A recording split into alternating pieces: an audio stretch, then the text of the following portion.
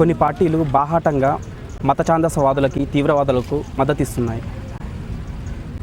Minority ఓట్ల కోసం ప్రత్యేక చట్టాలు, ప్రత్యేక వెసులుబాట్లు కలిగిస్తున్నాయి.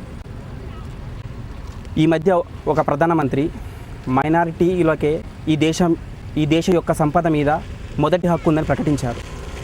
ఇది దానికి పరాకాష్ఠగా మనం చెప్పుకోవచ్చు. ఇలాంటి చర్యలు భారతదేశ సమగ్రతకు భంగం వాటిల్లే ప్రమాదం ఉంది. సో దీన్ని మనం ఎలా అయినా ఎదుర్కోవాల్సిన పరిస్థితి ఇప్పుడు వచ్చింది. ఇలాంటి పార్టీలను నేను ఎట్టి పరిస్థితులలో మద్దతు ఇవ్వదలుచుకోలేదు. హ్యూమన్ డెవలప్మెంట్ ఇండెక్స్లో ఇండియా శ్రీలంక, బంగ్లాదేశ్కి కన్నా ఇంకా వెనకబడి ఉండడం వల్ల, అలాగే స్వాతంత్రం వచ్చి 63 సంవత్సరాలను కూడా మన ఇండియా ఇంకా డెవలపింగ్ స్టేజ్లోనే ఉండి మన రిసోర్సెస్ని అవైలబుల్ చేసుకోలేక చాలా వెనకబడి ఉంది. ఇలాంటి వెనకబడిన ఒక దేశాన్ని ముందుకు తీసుకొచ్చే పార్టీనే నేను ఎన్నుకోవడం జరుగుతుంది. మన సైన్య ప్రధాన అధికారి ఒకరు బంగ్లాదేశ్ నుంచి అక్రమ చొరబాట్ల గురించి చాలా తీవ్రంగా స్పందించారు. ఈ విషయం గురించి నేను కొద్దిగా పరిశోధిద్దామని చెప్పి మరికొన్ని ఆర్టికల్స్ అవి చదవడం చేశాను.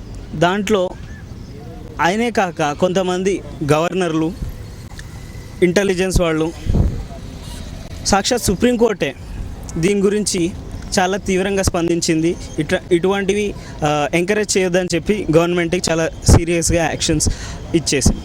కానీ కొన్ని పొలిటికల్ పార్టీస్ వాళ్ళ స్టాండ్ ఎందుకు వీటిని సపోర్ట్ చేస్తున్నారు అంటే కేవలం మైనారిటీ ఓట్ల కోసం. దీనివల్ల వాళ్ళు పొందే ఓట్లు, దాని ద్వారా వాళ్ళు పొందే లబ్ధి, వీటినే చూసుకుంటూ వాళ్ళు చేస్తున్నారు.